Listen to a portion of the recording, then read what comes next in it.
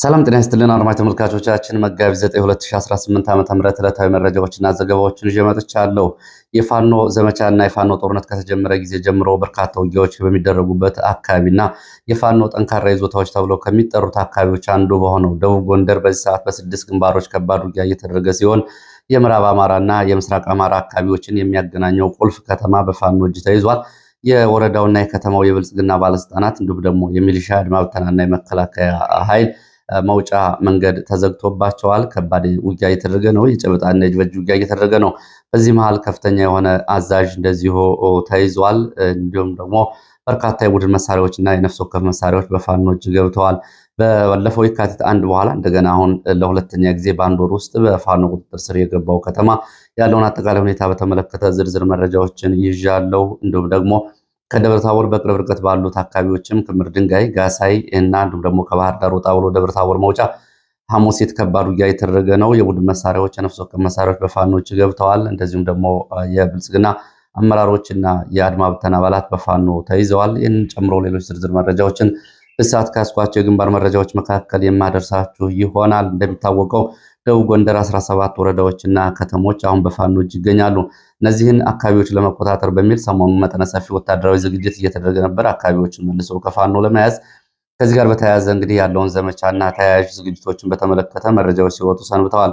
ዛሬ ከደብረ ታቦር ከተማ ወደ ነፋስ መውጫ ወልዲያ መስመር ባለው ከጋሳይ ክምር ድንጋይ ነፋስ መውጫን ለመቆጣጠርና እንዲሁም ደግሞ ከክምር ድንጋይ ወደ እብናትና መና መቀጠዋ የብልጽግና አመራሮችን ወደ ጉና በጌምድር ወረዳዎች ለማሰማራት በጀባ ላይ የነበረውና በካምፕ የነበረው ኃይል ላይ እንደዚሁ ጥቃቶች ተፈጽመዋል። ከዚህ ባሻገር እንደዚሁ ተጨማሪ ቦታዎችን እንይዛለን በሚል ዝግጅት ላይ የነበረው የብልጽግና ባለስልጣን እንደዚሁ ንፋስ መውጫንና ላይጋይንት የመሳሰሉ አካባቢዎችን እንደዚሁ ለፋኖ መልሶ አስረክቧል። ከደብረ ታቦር ወደ ወልዲያ ባለው ዋናው መስመር ንፋስ መውጫ ጋሸና ጨጭሆ፣ እንዲሁም ደግሞ ከደብረ ታቦር ጋሳኝ፣ መካነ ኢየሱስ፣ አንበሳሜ፣ አርብ ገበያ፣ ባህር ዳር ወደ ሐሙሲት ባሉት መስመሮች ከባድ ውጊያዎች እየተደረጉ ነው የሚገኙት። እነዚህን ዝርዝር መረጃዎች ይዣለሁ። አብራችሁ እንድትቆዩ ነው በአክብሮት የምጋብዛችሁ። እንግዲህ በተለይ ዛሬ በዚህ ቀጠና ያለው ውጊያ ባለፈው ወር ከነበረውና የመከላከያ አካባቢ ለቆ ከወጣ በኋላ አሁን የደቡብ ዕዝ ወደ አካባቢው ተመልሶ ለምርጫ በሚል የዞኑን ወረዳዎችና ከተሞች ለመያዝ እየተደረገ ካለው ዘመቻ ጋር በተያያዘ ፋኖ የሰጠው ያጸፋ ምላሽ ነው። ተጨማሪ ከተሞችን ፋኖ ተቆጣጥሯል። በዚህ መሃል እንግዲህ ምርጫ እናደርጋለን እንዲሁም ደግሞ መንግስት እንመሰርታለን የሚለው ብልጽግና ይህንን በተመለከተ አሁን ያለው ግምገማና መሬት ላይ ያለው ነባራዊ ሁኔታ ምንድን ነው ለሚለው ትልቅ ማሳያ የሚሆነው የዛሬው ዘመቻ ነው። ይህንን በዝርዝር የምንመለከተው ይሆናል። በሌሎች አካባቢዎች ያሉ ዝርዝር መረጃዎችንም ወደ እናንተ አደርሳለሁ። እንግዲህ እንደ መረጃ ምንጮቹ ከሆነ እስካሁን በዚህ ሰዓት ድረስ ዋና አዛዡን ጨምሮ በርካታ ዲሽቃዎች፣ ሞርተሮች፣ ብሬኖች እና ሌሎች የቡድን መሳሪያዎች በፋኖች ገብተዋል። ያለው አጠቃላይ ሁኔታ ይህንን ነው የሚያሳየው። እንደምታስታውሱት እንግዲህ 2015 ዓ.ም ነሐሴ 22 ቀን፣ ነሐሴ 23፣ ነሐሴ 24፣ ነሐሴ 25 ድረስ ለ5 ተከታታይ ቀናት ደብረ ታቦር ከባድ ውጊያ ከተደረገ በኋላ ይህንን ተከትሎ ጎንደር፣ ባህር ዳር እንዲሁም ደግሞ በሌሎች አካባቢዎች የፋኖ ጦርነት በይፋ መጀመሩን እንደዚሁ ብዙዎቻችሁ ታስታውሳላችሁ። የደብረ ታቦርን ጦርነት ተከትሎ በወቅቱ የምክትል ጠቅላይ ሚኒስትር ደመቀ መኮንን እንዲሁም ደግሞ የአማራ ክልል ርዕሰ መስተዳድር የነበሩት ይልቃል ከፋለ ለፌዴራል መንግስት የጻፏቸው ደብዳቤ ደመቀ መኮንን ደግሞ በወቅቱ በፌስቡክ ገጹ የመጨረሻውን የፌስቡክ ጽሑፍ ካስተላለፉ በኋላ እንግዲህ ያው አካባቢ ላይ ያለው ሁኔታ ተባብሶ ቀጥሏል። እንግዲህ ከደብረ ታቦሩ ዘመቻ ጋር በተያያዘ በርካታ ክስተቶች አሉ። ባለፈውም የካቲት 4 በከተማው ታይቶ በማይታወቅ ሁኔታ በርካታ የአየር ጥቃት፣ የድሮን ጥቃቶች የተፈጸሙበት አካባቢ ነው። ምናልባት በበርካታ የግንባር ውጊያዎች ጭምር ያልተደረገ ከፍተኛ የድሮን ድብደባ ነው በከተማው የተደረገው። የካቲት 4 2018 ዓ.ም እንደምታስታውሱት ዛሬም በዚህ ቀጠና የሆነው ይሄ ነው። ወደ መቀሌ የሚወስዱ መረጃዎች አሉ፣ እነሱንም አደርሳለሁ። አሁን እንዲሁ ወደ መረጃዎች ነው በቀጥታ የምገባው። ወደ መረጃዎቹ ሲሄድ ወደ መቀሌ የሚወስዱ መረጃዎች ነው የማስቀድመው። በመቀሌ በትግራይ ቀጠና ያለው አጠቃላይ ወታደራዊ ዝግጅት፣ የሎጂስቲክ ዝግጅት እንደዚሁ ተጠናክሮ ቀጥሏል። ህወሓት ወታደራዊ ዝግጅት፣ ሎጂስቲክ፣ ሬሽን ማሰባሰቡን ቀጥሏል። ከዚህ ጋር በተያያዘ እንግዲህ በታጣቂዎች እንዲመራ ተደርጓል። ሎጂስቲክ እና ስንቅ የማሰባሰብ ስራው እስካሁን በልማት ኮሚቴ በአካባቢው አስተዳደር ይመራ ነበር። አሁን ታጣቂዎቹ ራሳቸው ስንቅ የማሰባሰብ ስራውን ከህብረተሰቡ እንዲሰበስቡ ትዕዛዝ መሰጠቱን ተከትሎ በተለያዩ አካባቢዎች በትላንትናው ዕለትና ከትላንትና ወዲያ እንደዚህ አይነት ከፍተኛ እንቅስቃሴ ነው እየታየ ያለው። ወታደራዊ ዝግጅትን የተመለከተውም እንደዚሁ የቀድሞ ታጣቂዎች ሙሉ በሙሉ የክተት ጥሪ ተደርጎላቸዋል። እንዲሁም ደግሞ እድሜያቸው የደረሰ ወጣቶች የክተት ጥሪ እንዲሳተፉና ቢያንስ የ21 ቀን ወታደራዊ ስልጠናና ወታደራዊ ዘመቻ እንዲያደርጉ ትዕዛዝ ተሰጥቷል። በትግራይ ያለው አጠቃላይ ሁኔታ ይህንን ነው የሚመስለው። በትላንትናው ዕለት እንግዲህ መንግስት ሰራተኞች፣ አብያተ ክርስቲያናት እንዲሁም ደግሞ የግልና የመንግስት ተቋማት ጭምር ሳይቀር ገንዘብ እንዲያዋጡ ትዕዛዝ መሰጠቱና ይህን ያልሰበሰቡ አመራሮች መታሰራቸውን የሚገልጹ መረጃዎች ወጥተው ነበር። ከዚህ ከስንቅ ማሰባሰቡና ከወታደራዊ ዝግጅቱ ከግዳጅና ከክተት ባሻገር የጦር መሳሪያ ማጓጓዝንም በተመለከተ እንደዚሁ ከአዲግራት ወደ ኤርትራ በዛላምበሳ መስመር በርካታ ተሽከርካሪዎች ባዷቸውን ይወጣሉ፣ ሲመለሱ በሸራ የተሸፈነ የጦር መሳሪያ ጭነው ይገባሉ የሚለው ከዚሁ አካባቢ እንግዲህ ከሚወጡ መረጃዎች መካከል መደበኛ መረጃ ሆኗል። በሸራ የተሸፈኑ ተሽከርካሪዎች በርካታ የጦር መሳሪያዎችን ጭነው ወደ ኢትዮጵያ ትግራይ እየገቡ ነው ከኤርትራ። ይሄ ላለፉት 2 ወራት በቋሚነት ዕለታዊ ክስተት የሆነ ጉዳይ እንደሆነ የአካባቢው ዓይን እማኞች ይገልጻሉ። የህወሓት የተለያዩ ካምፓኒ መኪኖች የትራንስ የጉና እንዲሁም ደግሞ ሌሎች ተሽከርካሪዎች ለዚህ አገልግሎት ወደ ኤርትራ ተሻግረው ከኤርትራ ወደ ኢትዮጵያ ትግራይ የጦር መሳሪያ ጭነው ይመለሳሉ የሚሉት የነዋሪዎቹ ባለፈው ዋዜማን በዚህ በኩል የዓይን እማኞችን ዋቢ በማድረግ ዝርዝር ዘገባ አውጥቶ ነበረ። አሁን ከኤርትራ ወደ ትግራይ የጦር መሳሪያ በብዛት እየተጓጓዘ ነው። በትላንትናው ዕለት እንኳ 12 ተሽከርካሪዎች እንደዚሁ በሸራ የተሸፈነ ጭነት ጭነው ወደ ትግራይ ሲገቡ ሌሎች ደግሞ ከ20 በላይ ተሽከርካሪዎች ባዷቸውን ከአዲግራት ዛላምበሳ መስመር ሄደዋል ነው የተባለው። የዚህ ጋር በተያያዘ እንግዲህ ወታደራዊ ዝግጅቱ ይህ በእንዲህ እንዳለ የመቀሌው የስልጣን ሽኩቻ ደግሞ ምን አዳዲስ መረጃዎች አሉት የሚለውን ስንመለከት የመቀሌው የስልጣን ሽኩቻ እንግዲህ ጀነራል ታደሰ ወረደ የስልጣን ጊዜ ገደቡ ሊጠናቀቅ የተወሰኑ ቀናት ቀርተውታል። በስብሰባው የጀነራል ታደሰ ተተኪ አማኑኤል አሰፋ ሆኖ ተዘጋጅቷል ነው ያሉት የህወሓት የመረጃ ምንጮች። በካውንስል በሚል የተቋቋመ አለ። ከትግራይ ጊዜያዊ አስተዳደር ከህወሓት እና ከትግራይ ታጣቂዎች የተቋቋመ ካውንስል ወይም ደግሞ ስትራቴጂካዊ አመራር የሚባል አለ። እሱ ትግራይን እየመራ ነው። ይሄ አመራር ሁሉንም አጠቃላይ መደበኛ ተግባራት፣ ወታደራዊ፣ ኢኮኖሚያዊ፣ የደህንነትና ተዛማጅ ጉዳዮችን በካውንስሉ ሰብሳቢ አማካኝነት ይመራል። ስትራቴጂክ አመራሩ ጀነራል ታደሰ ወረደን ይተካል የተባለው አማኑኤል አሰፋ ግን የስሙላ ስልጣን ይኖረዋል እንጂ ሌላ ምንም አይነት ውሳኔዎችን አያሳልፍም ነው የተባለው።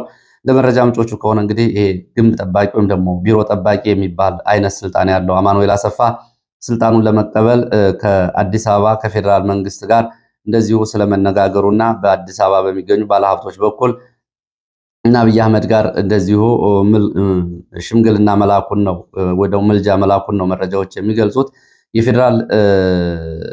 የፌዴራል መንግስቱ ወይም ደግሞ የፌዴሬሽን ምክር ቤት አሁን በትግራይ ጊዜያዊ አስተዳደሩን በተመለከተ 6 ወራት የማራዘም ስልጣን እንዳለው ነው የህግ ባለሙያዎች እየተናገሩ ያሉት። አሁን አማኑኤል አሰፋን እንደዚሁ ከፊት አስቀምጦ ከጀርባ በደብረ ጽዮን የሚመራው ስትራቴጂክ አመራር የሚባለው አጠቃላይ ለሚያደርገው የዘመቻ መክት ወታደራዊ ዝግጅት የሚሆነው ነገር አብሮ ወደፊት የሚታይ ነው የሚሆነው። የዘመቻ መክት ወታደራዊ ዘመቻና ሎጂስቲክ ማሰባሰብን በተመለከተ ከዚህ ጋር በተያያዘ እንደዚሁ በአዲስ አበባ ጭምር ይሄ የዘመቻ መክት ወታደራዊ ክንፍና እንዲሁም ደግሞ ስንቅ የማሰባሰብ ስራዎች ኮሚቴ መቋቋሙን የሚገልጹ መረጃዎች አሉ። ከዚህ ጋር በተያያዘ በራያ ቀጠና ቁጥራቸው ያልታወቁ የህወሓት ታጣቂዎች ከግዳጅ ቀጠናቸው ለቀው ወጥተዋል። ሌሊቱን ተብሏል ጠፍተዋል። በቤተ ክርስቲያናት እንዲሁም ደግሞ ሌሎች ተቋማት ለህወሓት መክት ዘመቻ ላለው ጦርነት ድጋፍ እንዲያደርጉ እና በአንበሳ ባንክ በተሰጣቸው ቁጥር ገንዘብ እንዲያስገቡ ትዕዛዝ ተሰጥቷል። ከ100 ሺህ ብር እስከ 500 ሺህ ብር አብያተ ክርስቲያናት ሁሉም እንዲያስገቡ ነው የታዘዘው። ፈቃደኛ ያልሆኑ የራያ ባላ፣ የራያ ጨርጨር፣ የራያ መሆኒ 6 ካህናትና 9 አመራሮች ዛሬ በቁጥጥር ስር ውለው ታስረዋል። ህወሓት ትግራይ ላሉ ሰራተኞች እንደዚሁ ባለማጣ ለሚገኙ ማለት ነው በትግራይ በኩል ለተቀጠሩ ከየት አምጥቶ እንደሆነ አልታወቀም ደሞዝ ከፍሏል። እንግዲህ በትግራይ ከየካቲት ወር ጀምሮ ደሞዝ አልተከፈለም የሚል መረጃ ነበር እየወጣው። አሁን ባለማጣ ለሚገኙ በትግራይ ክልል በኩል ለተቀጠሩ ሰራተኞች ደሞዝ ከፍሏል የካቲት ወርን። በአማራ ክልል ለተቀጠሩት ግን ወደ ቆቦ እንዲባረሩና እንዲፈናቀሉ አድርጓል። በራያ 6 ወረዳዎች እንግዲህ ከ100 ሺህ ህዝብ በላይ መፈናቀሉን ዶቼ ቬለ ከሳምንት በፊት ዘገባ ይዞ መውጣቱ ይታወቃል። ከገንዘብ ከሚሰበስቡባቸው እንደዚሁ መንገዶች መካከል የውሃና የመብራት ታሪፍ ይገኝበታል። የውሃ ታሪፍ ላይ 1 ሜትር ኪዩብ ውሃ 5 ብር እየተሸጠ ባለበት ተመን ላይ እነሱ ወደ 80 ብር እንዲያድግ አድርገዋል። ከአንድ ሜትር ኪዩብ ውሃ ላይ ውሃ ከሚከፍሉ ሰዎች ከውሃ ቆጣሪ ላይ እስከ 75 ብር በ1 ሜትር ኪዩብ ጭማሪ አድርገው ይህን ገንዘብ እየሰበሰቡ ነው። እንግዲህ 5 ብሩ ለውሃና ፍሳሽ ይከፈላል። 75 ብሩ ደግሞ ለህወሓት ታጣቂዎች እንዲውል አድርገው እየሰበሰቡ ነው የሚገኙት። እንግዲህ በአጠቃላይ ያለው ውጥረት ይህንን ይመስላል። ወደ ወልዲያ ዙሪያ የሚወስደን መረጃ ላስከትል። ከራያ ወደ ወልዲያ ዙሪያ በጉባ ላፍቶ፣ ሳንቃ፣ ሲሪንቃ፣ መርጦ፣ መርሳ፣ አምባሰል ዛሬ ማለዳ የአየር ቅኝት እየተደረገ እንደሆነ የወጡ መረጃዎች ያሳያሉ። በሶስት ወረዳዎች ማለትም ወልዲያን ከተማውን እና ዙሪያውን ጨምሮ ጉባ ላፍቶ ማለት ነው። በጉባ ላፍቶ፣ በሀብሩና በአምባሰል የተለያዩ አካባቢዎች ከወልዲያ ጀምሮ ተከታታይ የድሮን አሰሳዎች ዛሬ ከማለዳ ጀምረው እየተደረጉ እንደነበር የወጡ መረጃዎች ይገልጻሉ። ፋኖ የአሜሪካ የስደተኞችና የጉምሩክ ደንብ ጉዳዮች መስሪያ ቤት ደብዳቤ ጽፏል። ፋኖ በጻፈው ደብዳቤ ሰሞኑን እንግዲህ ከሰለሞን ቦጋለ ወደ ኢትዮጵያ በኃይል ወይም ደግሞ በግዳጅ ዲፖርት ተደርጎ ከመመለስ ጋር በተያያዘ ፋኖ ደረጃ 3 በአሜሪካ የኢሚግሬሽን እና የጉምሩክ ጉዳዮች ቢሮ በኩል ደረጃ 3 አሸባሪ በሚል ላይ የተነሳ ያለውን ጉዳይ ዝርዝር ማብራሪያ እንዲሰጡ የተለያዩ የአሜሪካ ተቋማትንና ባለስልጣናትን በመጥቀስ ደብዳቤ ተጽፏል። ደብዳቤው እንግዲህ በተለይ ፋኖ በታሪክ ውስጥ በኢትዮጵያና በአማራ ውስጥ ያለውን የከበረ የአርበኝነት ስም ጭምር በማብራራት በዚህ ጉዳይ ላይ ለብዙ ሰዎች የተፈጠረውን ግርታ ግልጽ ማብራሪያ እንዲሰጡ ተቋማቱን ጠይቋል። ከተቋማቱ እስካሁን ድረስ የተሰጠው ምላሽ እየተጠበቀ ነው። ምላሽ የለም። ወደፊት ምላሽ የሚሰጥ ከሆነ ተከታተል እናቀርባለን። በዚህ በኩል የአማራ ማህበር በአሜሪካ በተለይ ከአሜሪካ ስቴት ዲፓርትመንት እንዲሁም ደግሞ ከአሜሪካ ባለስልጣናት ጋር ጉዳዩን በተመለከተ ማብራሪያዎችን ለማግኘት እንዲሁም ደግሞ እንደዚህ አይነት ጉዳዮች ግልጽ እንዲሆኑ በበኩል እየሰራ ያለው ስራ የሚመሰገን እንደሆነ ነው እንግዲህ ከአጠቃላይ እንቅስቃሴዎቹ መታዘብ እየተቻለው። ወደ መካከለኛው ምስራቅ እንሄድና መካከለኛው ምስራቅ የ24 ሰዓት መረጃዎች ምን ይመስላሉ የሚለውን እንመልከት። መካከለኛው ምስራቅ እንግዲህ ይሄ ጦርነት ከተጀመረ ወደ 3ኛ ሳምንት እየተጠጋ ነው የሚገኘው። ይሄ ጦርነት አሜሪካና እስራኤል በኢራን ላይ የከፈቱት ጦርነት በርካታ የዓለም አቀፍ የኃይል፣ የኢኮኖሚ፣ የፖለቲካ እንዲሁም ደግሞ ነባር የነበሩ አጠቃላይ የወታደራዊና የአጋርነት የዲፕሎማሲ አሰላለፎች ላይ ግልጽ ልዩነቶችን ይዞ መጥቷል። በዚህ መንገድ እንግዲህ እስካሁን ድረስ ከነበረው አጠቃላይ ሁኔታ አሜሪካና ሌላው ዓለም ላይ የኃይልና የፖለቲካ ላይ የተለያየ አቋም እንዲወሰዱ አድርጓል። ይህ ምናልባት ለአሜሪካ የፖለቲካ ገምጋሚዎች አስደንጋጭ ሳይሆን አይቀርም። እንግዲህ አሁን አሜሪካ ካሁን በፊት ታደርጋቸው በነበሩ እንቅስቃሴዎች አሜሪካን መከተል እንዲሁም አሜሪካ የጠላቸውን መጥላት፣ አሜሪካ የምትወስደውን አቋም መውሰድ የብዙዎቹ የአሜሪካ አጋር የሚባሉ ሀገራት ተግባር ነበር ከቀዝቃዛው የዓለም ጦርነት በኋላ። አሁን ግን እየታየ ያለው ከዚህ የተለየ ነው። አሜሪካ ከራሷ ባለስልጣናቶች ጭምር ሳይቀር ከኔቶ በበጀት የምትደግፈው ትልቁ ኔቶ ከሱም ጨምሮ ከበርካታ ሀገራት ጋር መቃቃር ውስጥ ገብታለች። የአሜሪካ ባለስልጣናት ጭምር ጦርነቱ የኛ አይደለም፣ ዓላማው ግልጽ አይደለም በሚል ስልጣን ለቀዋል። ከነዚህ መካከል በአሜሪካ ቁልፍ ቦታዎች ከሚባሉት መካከል የማዕከላዊ ጸረ ሽብር ኃላፊ ከኃላፊነታቸው ለቀዋል። ለዶናልድ ትራምፕ ባስገቡት መልቀቂያ ኢራን ቀጥታ ለአሜሪካ ስጋት አልነበረችም፣ ልትሆንም አትችልም። አሜሪካ ወደዚህ ጦርነት የሚያስገባት ጉዳይ በቂ አይደለም። በእስራኤል መካሪዎች አሜሪካ ተታላ ነው ወደ ጦርነቱ የገባችው፣ ስለዚህ ስልጣኔን እለቃለሁ፣ ይሄ ጦርነት እኛን አይመለከትም ብለዋል። ይህንን ያሉት ጆ ኬንት የተባሉ የማዕከላዊ ጸረ ሽብር ኃላፊ ናቸው። ካሁን በፊት በኢራቅ ጦርነትም በመካከለኛው ምስራቅ ጦርነትም በአሜሪካ ጦር ውስጥ 3 ትልልቅ ዘመቻዎችን የመሩና የተሳተፉ ሰው ናቸው ጆን ኬንት። እንግዲህ ይህንም ጭምር ከአሜሪካ ባለስልጣናት እየመጣ ነው። እንደ እንግሊዝ አይነቶቹ የምዕራብ አውሮፓ ሀገራት የአሜሪካ ወዳጅ የሚባሉት በዚህ ጦርነት ላይ የራሳቸውን አቋም ወስደዋል። ኢራን ደግሞ ይህ ጦርነት ከአሜሪካና እስራኤል ከሚያደርጉት የሚሳኤል ድብደባ ባሻገር ጦርነቱን ስልታዊ በሆነ መንገድ ይዘዋለች ነው የተባለው። እንዲሁም ደግሞ የሚዲያና የፖለቲካ ተንታኞች ደግሞ ኢራን በአሜሪካና በእስራኤል ዋና ዋና መሪዎቿ ተገድለውባት ለምን አልተበተነችም፣ ለምን መንግስቱ አልፈራረሰም የሚለውን በተመለከተ የኢራን የህዝብና እንዲሁም ደግሞ የፖለቲካ የጸጥታ አወቃቀር በተለይ በጥንት የፋርስ የስልጣኔ ባለቤቶች ነን የሚለው የስነልቦና ውቅር ለኢራን ህዝብ አንድነት ከፍተኛ አስተዋጽኦ እንዳለው እየጻፉ ነው፣ እየተነተኑ ነው የሚገኙት። ከዚህ ጋር በተያያዘ እንግዲህ አሜሪካና እስራኤል ግምት ውስጥ ያላስገቡት ዘመቻ ነው እያደረጉ ያሉት የሚለውን ትንታኔ ለማሳየት ሞክረዋል። የኢራን መሪዎች፣ ወታደራዊ አዛዦች፣ የደህንነት ሰዎች ሲገደሉ የኢራን መንግስት ይፈራርሳል፣ ህዝቡም እንደዚሁ ችግር ላይ ይወድቃል ተብሎ ነበር። ሆኖም ግን ኢራኖች አሁንም አዳዲስ መሪዎችን እየተኩ ቀጥለዋል። ለአሜሪካ የጦርነት ምን ያስገኛል የሚለው ጉዳይ በእርግጥ ባይሆንም ለእስራኤል ግን ከፍተኛ ጥቅም የሚያስገኝ ጦርነት እንደሆነም ተንታኞቹ በተናጠል ለማሳየት ሞክረዋል። እንግዲህ ዶናልድ ትራምፕ የማንንም ድጋፍ አንፈልግም ብለዋል። የሆርሙዝ ሰርጥን ለማስከፈት የማንንም ድጋፍ አንፈልግም፣ አሜሪካ ሀያል ነች፣ የሆርሙዝ ሰርጥን ለማስለቀቅ የእናንተን ድጋፍ አልሻም ብለዋል። እንግዲህ በሀገራችን አንድ አባባል አለ፣ ያጣ ለማኝ ምን ብሎ ይሄዳል የሚባል አባባል አለ። 6 ሀገራትን በስም በመጥራት ወደ ሆርሙዝ ሰርጥ እንደዚሁም የባህር መርከቦቻቸውን እንዲያሰማሩ ዶናልድ ትራምፕ ጥሪ አድርገዋል። ቻይናን ጨምሮ ማለት ነው። እነዚህ ሀገራት ምላሻቸው ሌላ ሆኗል። ዲፕሎማሲና ድርድር የሚል ነው። እነ ቻይና እንደውም የኛ መርከቦች አልተከለከሉም እያሉ ነው የሚገኙት። አሁን ትራምፕ እነ እንግሊዝን ወዳጆቹን ጨምሮ እናንተ አታስፈልጉንም፣ አሜሪካ ታላቅ ናት፣ የታላቅ ሀገር መሪ ስለሆንኩኝ ጉዳዩን እወጣዋለሁ እያለ ነው የሚገኘው። ያው ብስጭት ይመስላል። ኢራን የበቀል ያለቻቸውን ጥቃቶች በእስራኤል ላይ ሌሊቱን ፈጽማለች። በርካታ ሚሳይሎችን አስወንጭፋለች። ከ100 በላይ ኢላማዎችን ያነጣጠሩ ድብደባዎች መፈጸሟን ገልጻለች። ሆኖም የእስራኤል አየር ኃይል አብዛኞቹን እነዚህን ማክሸፉን ነው መረጃዎቹ የገለጹት። ኢራን በተለይ ይህንን የበቀል ዘመቻ ያደረገችው ለተገደሉባት ቁልፍ ባለስልጣናትና የደህንነት ካውንስል መሪ አሊ ላርጃኒ ነው። ላርጃኒ ትናንትና እንግዲህ በእስራኤል አየር ኃይል ተገድለዋል። ቁልፍ የሚባሉ የኢራን ሰዎች መካከል አንዱ ናቸው። ኢራን እንግዲህ በዚህ ዘመቻ የኒውክሌር ማዕከሏ በሚሳይል ቢመታም የደረሰ ጉዳትና ፍንዳታ አለመኖሩን መረጃዎች ገልጸዋል። ሆርሙዝ ወሽመጥ የኢራን ቁልፍ የሚሳይል ማዕከል የሆነው እንደዚሁ ሌሊቱን በአሜሪካ አየር ኃይል ሲደበደብ አድሯል። እንዲሁም ደግሞ እስራኤል ዘመቻ ሂዝቦላህ በሚል በሊባኖስ ላይ እግረኛ መካናይዝድ አየር ኃይልና የኮማንዶ ኦፕሬሽን እያደረገች ነው የምትገኘው። ይሄ ከፍተኛ ውስብስብ ቀውስ ፈጥሯል በሊባኖስ ላይ።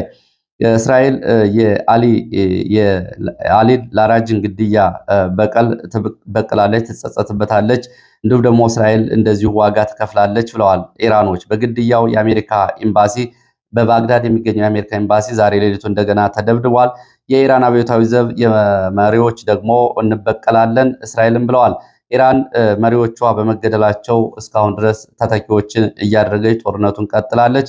ጦርነቱንም ቀላል ለማድረግ እንደዚሁ በመካከለኛው ምስራቅ የነዳጅና የኃይል ማዕከላት ላይ ያነጣጠሩ ዘመቻዎችን እያደረገች ትገኛለች። ወደ መረጃዎቹ እንቀጥላለን። እስራኤል በዛሬ ሌሊቱን በኢራን 200 በሚጠጉ ቦታዎች ላይ የኢላማ በማድረግ የአየር ድብደባ ማድረጓና የሚሳይል ጥቃቶች መፈጸሟን እንደዚሁ ከወጡ መረጃዎች መካከል ይገኙበታል። እስራኤል 200 የሚሆኑ የኢራን የሚሳይል ማከማቻዎችን፣ የጥይት ማምረቻዎችን፣ የጦር መሳሪያ ማዕከላትን፣ የደህንነት ማዘዣዎችና ወታደራዊ ሰፈሮችን ደብድባለች። በተለይ በምዕራብ እና መካከለኛው የኢራን ቀጠናዎች።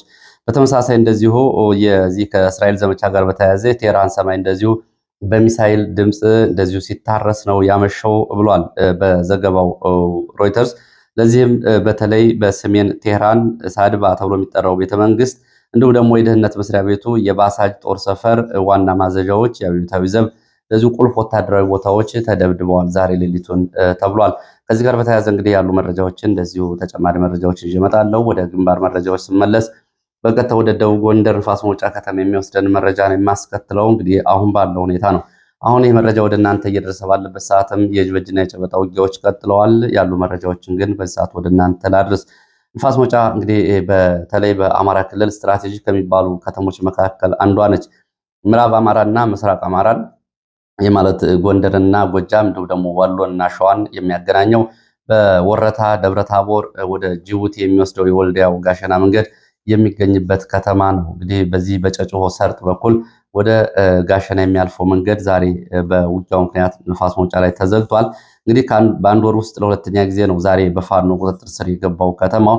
ንፋስ መውጫ ከተማ በዚህ ሰዓት እንግዲህ በአራት አቅጣጫዎች የገባ ፋኖ ከተማዋን ሙሉ በሙሉ ተቆጣጥሯል። በርካታ ካምፖች፣ በተለይ ዋና ዋና 4 ካምፖች፣ ወታደራዊ ሎጂስቲኮች በፋኖ እጅ ገብተዋል። ድሮን በአካባቢው አሁን እያንዣበበ ነው የሚገኘው። የማረሚያ ቤት ኃላፊ ዋና አዛዥ በፋኖ ተይዘዋል። ቁጥራቸው ያልታወቁ በርካታ የአድማ ብተና አባላት ለፋኖ እጅ ሰጥተዋል።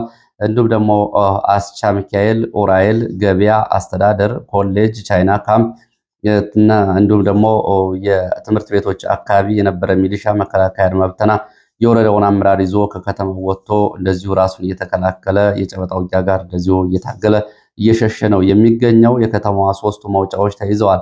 ከደብረ ታቦር መውጫ፣ የታች ጋይንት አርብ ገበያ መውጫ፣ ከመቄት ወደ ጨጮሆ መውጫ በፋኖ ተይዘዋል። ፊታውራሪ ገብርዬ ክፍለ ጦር፣ የአንበሳው ጋይንት ክፍለ ጦር፣ የአጠቃላይ ጠቅላይ ግዛት ከፍ ያለው ደሴ 200ኛ ኮር ክፍለ ጦሮች ከአካባቢው እንዲሁም ደግሞ ከሰሜን ወሎ ደግሞ በጨጮሆ በኩል ከወሎ የመጡ ፋኖች መንገድ በመዝጋታቸው ይሄ ዘመቻ ለብልጽግና ባለስልጣናት ከባድ ሆኖባቸዋል። ባለፈው ወደ መቄት ነበር አምልጠው የሄዱት። አሁን የመለቄት መንገድ ሙሉ በሙሉ ተዘግቷል። ባለፈው የካቲት 1 በነበረው ዘመቻ የብልጽግና ባለስልጣናት ያመለጡበት የጨጮሆ መቄት መውጫ ዛሬ ተዘግቷል። አመራሮቹ ወደ ወሎ መቄት ለመውጣት ያሰቡም አልተቻለም። ሚሊሻ፣ መከላከያ፣ አድማ ብተና የከባድ መሳሪያ የታገዘ ውጊያ እያደረገ እነሱን ለማስወጣት እየሞከረ ነው። ድሮኑም እንደዚሁ ዝቅ ብሎ እያንዣበበ ሽፋን እየሰጠ ነው የሚገኘው። እስካሁን ጥቃት አልፈጸመም። ምናልባት ተለዋጭ መረጃ ይኖራል። ፋኖ ቀድሞ መውጫዎችን መያዙን ተከትሎ የብልጽግና ባለስልጣናት ከበባ ውስጥ ገብተዋል። የባለስልጣናት እና መከላከያ አጠቃላይ ክታክታ፣ አምባ ማርያም፣ ቃጭል፣ ድንጋይ ተብሎ የሚጠሩ አካባቢዎች የከበባና ከባድ ውጊያ እያደረገ ነው የሚገኘው። በውጊያው እስካሁን ድረስ የደረሰው ጉዳት አልታወቀም። ዲሽቃዎች፣ ብሬኖች ቁጥሩ ያልታወቀ የነፍስ ወከፍ መሳሪያዎች በፋኖ እጅ ገብተዋል። ምስራቅ አማራና ምዕራብ አማራ ዛሬ አጠቃላይ የትራንስፖርት ግንኙነቱ ተቋርጧል። በዚህ በውጊያው የአየር ኃይል ሽፋን እየሰጠ እንደሆነ ተገልጿል። የደረሰው ጉዳት በዝርዝር አልታወቀም። ከዚህ ጋር በተያያዘ እንደዚሁ ከንፋስ መውጫ በቅርብ ርቀት ከምትገኘው እና ከደብረ ታቦር አቅራቢያ ክምር ድንጋይ ከተማም እንደዚሁ ከማለዳ ጀምሮ ከባድ ውጊያ እየተደረገ ነው። ክምር ድንጋይና ጋሳይ በተከታታይ የሚገኙ ከተሞች ናቸው። ከባድ ውጊያ እየተደረገ ነው። ከደብረ ታቦር በቅርብ ርቀት በሚገኙት ሁለቱ ከተሞች ከማለዳ ጀምሮ ከባድ ውጊያ እየተደረገ ሲሆን ጋሳይ እና ክምር ድንጋይ ማለት ነው። ክምር ድንጋይ ቴክኒክና ሙያ ኮሌጅ ቋሚ ወታደራዊ ካምፕ ላይ መና መቀጠዋ መውጫ፣ ደብረ ታቦር መውጫ ከባድ ውጊያዎች እየተደረጉ ነው። መሀል ከተማን ጨምሮ በሶስት ግንባሮች ከባድ ውጊያ እየተደረገ ነው ያሉት የመረጃ ምንጮቹ። ስምሪቶቹ የጉና በጌምድር፣ የክምር ድንጋይ እንዲሁም ደግሞ ወደ እብናት የሚወጣ ኃይልና የብልጽግና ባለስልጣናት እዚያ ከተማ ተከማችተው ይገኛሉ። ውጊያው በዙ 23 በሞርተር በድሽቃ የታገዘ ነው። ወደ መና መቀጠዋ፣ እብናት፣ ጉና በጌምድር ወረዳና ስምሪቶች የተመደበው የብልጽግና ባለስልጣናት እንዲሁም ደግሞ የሚሊሻ አድማ ብተናና መከላከያ የተከማቹበት ከተማ ላይ ነው ከማታ ጀምሮ ውጊያ እየተደረገ ያለው። በውጊያው የደረሰው ጉዳት አልታወቀም። እንዲሁ ከደብረ ታቦር አቅራቢያ በምትገኘው ጋሳይ ከተማም እንደዚሁ ውጊያ ተቀስቅሷል። ከደብረ ታቦር ከተማ በመውጣት በጋሳይ በኩል የተከማቸው ኃይል ደግሞ ወደ ደቡብ ጎንደር በተለይ ደብረ ታቦር በስተደቡብ ባሉ አካባቢዎች ወደ ጋሳይ፣ እስቴ፣ መካነ ኢየሱስ፣ አንዳቤት፣ ስማዳ፣ ደራ ወደ አንበሳሜ ባህር ዳር ያሉ መስመሮችን ለማስከፈት ነበር። አሁን ጋሳይ አካባቢ ከማለዳ ጀምሮ ውጊያ ነው ያለው። እንግዲህ መልሶ ለመያዝ ወረዳዎቹን መልሶ ለመቆጣጠር አስቦ የዘመቻ ዝግጅት እያደረገ ያለው የመከላከያ አድማ ብተናና ሚሊሻ እንዲሁም የብልጽግና ባለስልጣናት የተቀሰቀሰውን ውጊያ ከማለዳ ጀምሮ ከባድ ጉዳት አድርሶባቸዋል። እስካሁን ድረስ ግን የደረሱ ጉዳቶች በዝርዝር አልታወቁም። እዚሁ ደቡብ ጎንደር እንግዲህ በፋኖ ቁጥጥር ስር የሚገኙ 17 ወረዳዎችና ከተሞችን ለመያዝ እየተደረገ ያለው ዘመቻ ተከትሎ ክምር ድንጋይ፣ ንፋስ መውጫ ፋኖ እንደገና ተቆጣጥሯል። ንፋስ መውጫን ሙሉ በሙሉ እንዲሁም ደግሞ ክምር ድንጋይን ከፊል ከተሞቹን ፋኖ ተቆጣጥሯል። በዚህ በኩል ምርጫ ለማድረግ ከፍተኛ ዝግጅት ያድርግ የነበረው ብልጽግና እንግዲህ ከደብረ ታቦር ለመንቀሳቀስ አለመቻሉን የወጡ መረጃዎች ያሳያሉ። ከደብረ ታቦር ንፋስ መውጫ ወልዲያ ዋናው መስመር ጋሳይ፣ ክምር ድንጋይ፣ ንፋስ መውጫ ውጊያ ሲቀጥል እንደዚሁ መስመሩ ዝግ ሆኗል። ከደብረ ታቦር በጋሳይ በኩል ወደ እስቴ፣ መካነ ኢየሱስ፣ ባህር ዳር በደራ በኩልም እንደዚሁ መንገዱ በፋኖ ተይዟል። ከባህር ዳር ሐሙሲት፣ አንበሳሜ ወደ ደራ፣ መካነ ኢየሱስ እና ወደ ጋሳይ እና ወደ ስማዳ መውጫ ዋናው መንገድም እንደዚሁ በፋኖ ተይዟል። ሐሙሲትም ከባድ ውጊያ ሲደረግ ነው እያረፈደው። ከዚህ ጋር በተያያዘ ሐሙሲት ከባህር ዳር በቅርብ ርቀት በምትገኘው ደራ ማለት ነው እዚሁ ደቡብ ጎንደር በምትገኘው ሐሙሲት ከተማ አቅራቢያ ከባድ ውጊያ ተደርጓል። በካምፕ ላይ ሌሊት በተፈጸመ ጥቃት ከፍተኛ ወታደራዊ፣ ቁሳዊ፣ ሰብአዊ ኪሳራ ደርሷል ነው ያሉት። መረጃው ገና በዝርዝር እየተጣራ ቢሆንም አሁን ከወጡት መረጃዎች መካከል በነበረው ዘመቻ ከፍተኛ ወታደራዊ፣ ሰብአዊ፣ ቁሳዊ ኪሳራ ደርሷል። ድሽቃዎች እንደዚሁ ብሬኖችን እና በርካታ ተተኳሽ በፋኖ እጅ ገብቷል። 10 የአድማ ብተና አባላት 2 አመራሮችን ጨምሮ የአካባቢ የብልጽግና ባለስልጣናትን ጨምሮ እንደዚሁ በፋኖ ተይዘው ተወስደዋል። ከዚህ ጋር በተያያዘ እንግዲህ የደረሰው ዝርዝር ጉዳት እየተጣራ ሲሆን ከባህር ዳር ወደ አካባቢው ተጨማሪ እግረኛ ኃይል መንቀሳቀሱ ተገልጿል። ንፋስ መውጫ ዘጌት ብሎ በወጡ መረጃዎች ውጊያው ቀጥሏል። ከከተማው ወጥቷል ውጊያው። ገብርዬ ክፍለ ጦር 1 ድሽቃ፣ 5 ብሬን፣ በቁጥር ያልታወቀ ክላሽ እንዲሁም ደግሞ ምርኮ አንበሳው ጋይንት ክፍለ ጦር እንደዚሁ አንድ ዲሽቃ፣ 4 ብሬን ቁጥሩ ያልታወቀ የነፍስ ወከፍ መሳሪያ በ3 ግንባሮች ምርኮኛ እየተሰባሰበ ሲሆን ከተማው ሙሉ በሙሉ በፋኖ ተይዟል። የምርኮውን ቁጥር የነፍስ ወከፍ መሳሪያዎችን በተመለከተ ገና የማጣራት ስራ እየተሰራ ነው። በአንድ ወር ብቻ በዚህ ቀጠና በተደረገው ውጊያ 8 በላይ ድሽቃዎች ከ40 በላይ ብሬኖች በፋኖ እጅ ገብተዋል። እንግዲህ አካባቢ በፋኖ መያዙን ተከትሎ ፋኖም ከባለፈው የካቲት 1 ጀምሮ ባደረገው ዘመቻ በርካታ የሰው ኃይል ሎጂስቲክ እና እንዲሁም ደግሞ ለወደፊት ዘመቻ የሚያገለግሉትን አጠቃላይ ወታደራዊ ትጥቅና ስንቅ በብዛት ስለማግኘቱ ተገልጿል። ይህንን ተከትሎ ከፋኖ ጋር አንዋጋም የሚል ግምገማም እንደዚሁ ትላንትና መነሳቱን መረጃዎች ጠቁመዋል። ለዚህ ሰዓት ከተለያዩ አካባቢዎች ማሰባሰብ ያስኳቸው መረጃዎች እነዚህን ይመስላሉ። ስለተከታተላችሁ በእጅጉ አመሰግናለሁ። በሌላ ተመሳሳይ መርሃ ግብር እስከምንገናኝ ድረስ መልካም ጊዜ